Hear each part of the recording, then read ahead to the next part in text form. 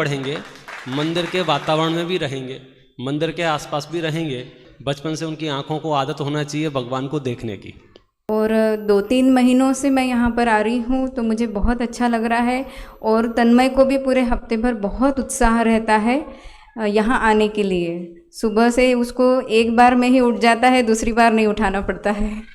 और एक दिन पहले ही रात में बोल के सोता है कि कल पाठशाला जाना है। जिस दिन पाठशाला नहीं रही उस दिन बहुत मन बेचैन होता है हमारा। जय सभी को, मेरा नाम पूजा जैन है। मैं गोदरेज आनंदम से आई हूँ। मेरे 2 बच्चे यहाँ आते हैं, परिवार के 4 बच्चे आते हैं, प्रिशा, आरव, अनिष्का, अयांश। पाठशाला में आने से बच्चों को बहुत उत्साह रहता है, बहुत कुछ सीखते हैं। और जिस तरीके से आज बताया कि जन्मदिन दिवस पर जो नियम लेने की प्रक्रिया है वो वाकई में उन्हें बहुत स्ट्रॉन्ग बनाती है। वो अपने मन से निर्णय लेना चाहते हैं, अपने मन से बर्थडे आता है तो उत्साहित रहते हैं कि नहीं मम्मी आज हमें पाठशाला में जन्मदिन मनाना है।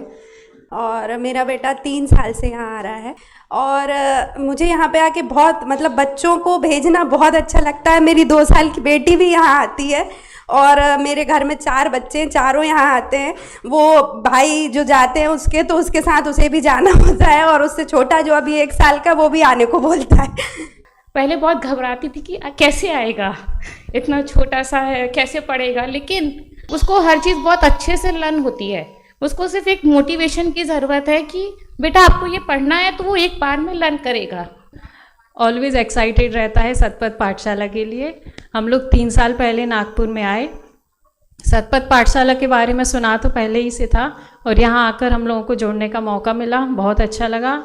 उनका एक ये वो है क्यूरियोसिटी कि हम हफ्ते भर स्कूल के लिए 6 बजे उठते हैं, अब हमको संडे को भी सुबह उठा रहे हो। मुझे सबसे अच्छी बात पाठशाला की लगती है जो जब पाठशाला स्टार्ट होती है तो जो भक्ति पाठ होता है वो 4.5 साल की थी, मुझे लगता था इसको पढ़ना नहीं आता है, ये 1.5 घंटा 1 घंटा कैसे बैठेगी।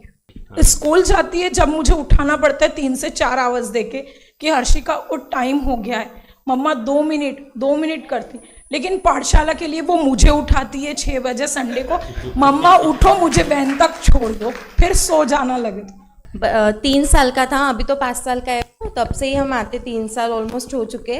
और वो मेरी गलती ज़्यादा है मुझे लगता है, और बच्चे पढ़ने के लिए आते हैं यहाँ पर अच्छे से।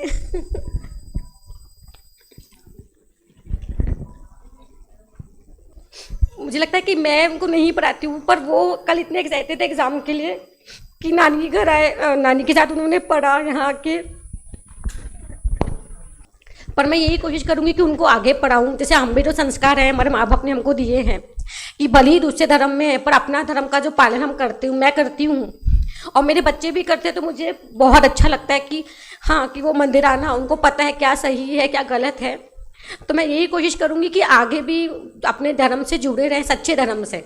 सतपथ के बारे में मैं एक अच्छी चीज़ ये बोलूँगा कि जैसे काफ़ी चीज़ उनको समझ में नहीं आती एज छोटी होने की वजह से, लेकिन वो बोलते बोलते बोलते उनको वो मतलब मन में वो बैठ जाता है। जैसे भक्तांबर है तो भक्तांबर के कड़वे वो अभी 5-6 कड़वे तक वो बोल लेती है।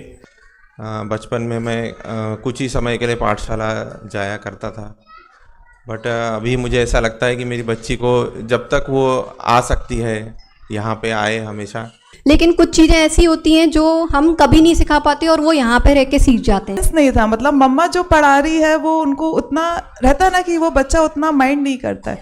और उससे भी अच्छा काम ये है कि आपने आवागमन की सुविधा रखी है। मैं विशेष तौर पर बच्चों की तारीफ करना चाहूँगा कि बच्चे को देखा मैंने कि वो मुझे प्रेरित करता है कि पापा अगर अपन किसी होटल में अगर गए तो ऐसी होटल में जाओ, सबसे पहले देखता है कि वो अपन जिस होटल में जा रहे होटल कौन सा है, वेजिटेरियन ही के लिए है। अगर गलती से भी अगर नॉन वेजिटेरियन होटल निकालो तो होटल से हम बाहर निकल जाते हैं। और रात को सोते समय मम्मी अपन बोलते करके खुद से ही बोलती है। स्कूल का पढ़ने के लिए तो उसे खुद से हमको बोलना पड़ता है कि पढ़ो पढ़ो करके, लेकिन पाठशाला का बड़ा इंटरेस्ट से पढ़ती है वो।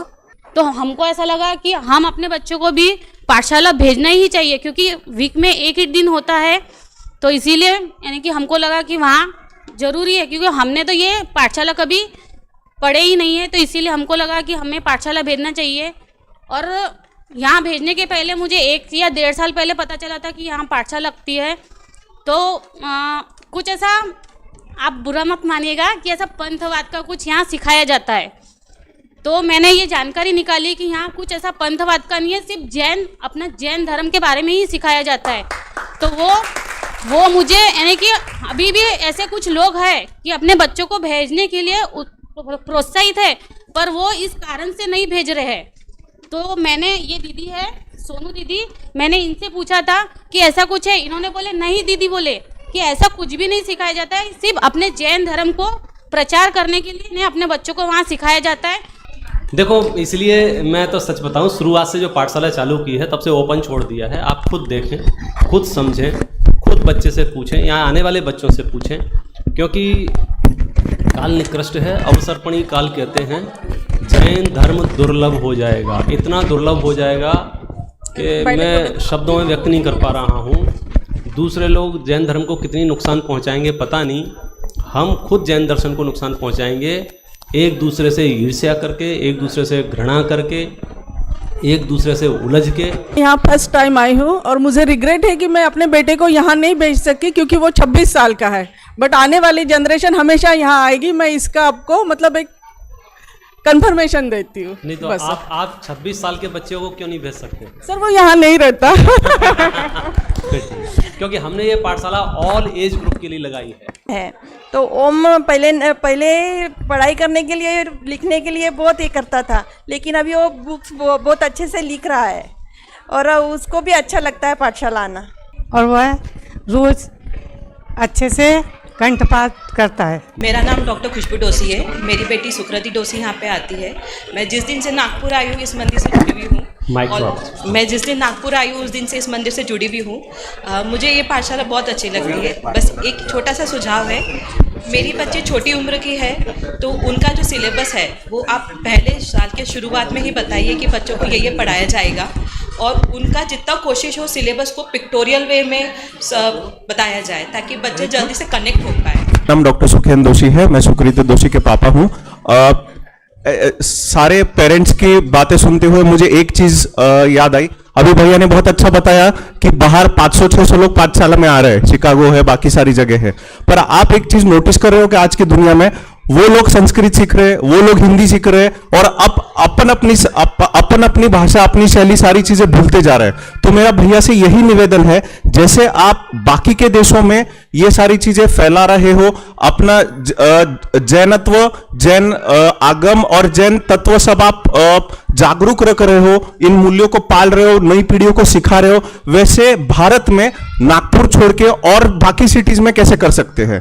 क्योंकि आजकल क्या हो रहा है, वेस्टर्नाइजेशन की वजह से भारत के भी सारे बच्चे बाहर की चीजें फॉलो कर रहे हैं, वो जल्दी से कैच कर लेते हैं और अपने मूल्यों को भूलते जा रहे हैं। तो ये बच्चों को सिखाना बहुत जरूरी है, और आप एक बहुत ही उचित, उत्तम और बहुत ही मूल्यवान काम कर रहे हो, क्योंकि आज अगर बच्चों को मूल्य दिए तो जिंदगी भर सिखाने की जरूरत नहीं पड़ेगी, वो उन मूल्यों पे, उस रास्ते पे चलते रहेंगे। हमारा सिद्धांत है, और हमको सबसे पहले धन्यवाद तो पालकों का है कि जिन्होंने बच्चों को यहाँ भेजा।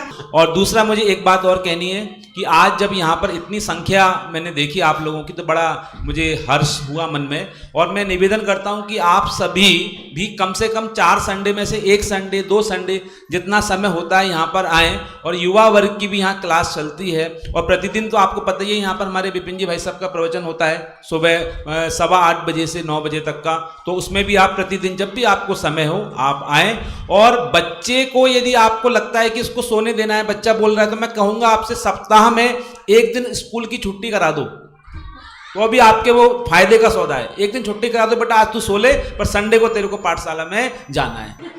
अभी अटपटा लगता है कि मैं तो बच्चे के लिए इतना कर रहा हूँ, इतना कर रही हूँ, ऐसा कैसे हो सकता है?